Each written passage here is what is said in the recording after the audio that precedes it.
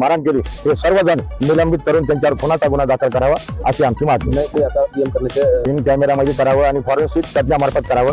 कोठडीमध्ये एकाचा मृत्यू झाल्याची बातमी समोर येत आहे. सोमनाथ सूर्यवंशी असं या मृत्यू झालेल्या व्यक्तीचं नाव आहे. मृत्यू झालेल्या सोमनाथ सूर्यवंशी दगडफेकीत आरोपी असल्याचं या ठिकाणी समोर येत आहे. तो जिल्हा मध्यवर्ती कार्यालयामध्ये न्यायालयीन कोठडीमध्ये होता. विशेष म्हणजे तो उपचारादरम्यान त्याला वैद्यकीय अधिकाऱ्याने तपासून आता त्याला मृत घोषित करण्यात आला आहे. या ठिकाणी मोठ्या प्रमाणात आता जिल्हा रुग्णालयाकडे नागरिक आता जात आहेत. विशेष पोलीस यंत्रणा देखील आता या ठिकाणी सतर्क झाली आहे. वरील प्रकार घडल्यानंतर नांदेड परिक्षेत्राचे आयजी शहाजी उमप हे परभणी शहरातील जिल्हा सामान्य रुग्णालयाकडे आता दाखल झाले आहेत. परभणी शहरामध्ये पोलिसांचा मोठ्या प्रमाणात बंदोबस्त या ठिकाणी तैनात करण्यात आला आहे. पोलीस प्रशासनाकडून प्रत्येक व्यक्तीवरती करडी नजर ठेवली जात आहे. विशेष म्हणजे या प्रकरणामुळे आपण पाहतो की सर्व महाराष्ट्रभरामध्ये एक तणावाचं वातावरण निर्माण झालं होतं. संविधानाची विटंबना केल्याप्रकरणी परभणी शहरामध्ये अनेक आंदोलनं झाली. या ठिकाणी प्रकाश आंबेडकर यांनी देखील आपलं मत व्यक्त केलं आणि असं असताना देखील हे दंगल आता कुठेतरी पुन्हा एकदा भडकू नये यासाठी प्रशासन आता जागृत होत आहे. नेमकं मृत्यू कशामुळे दंग्यामध्ये तो अजिबात नाही पहा. त्याला तो LLM चा विद्यार्थी होता.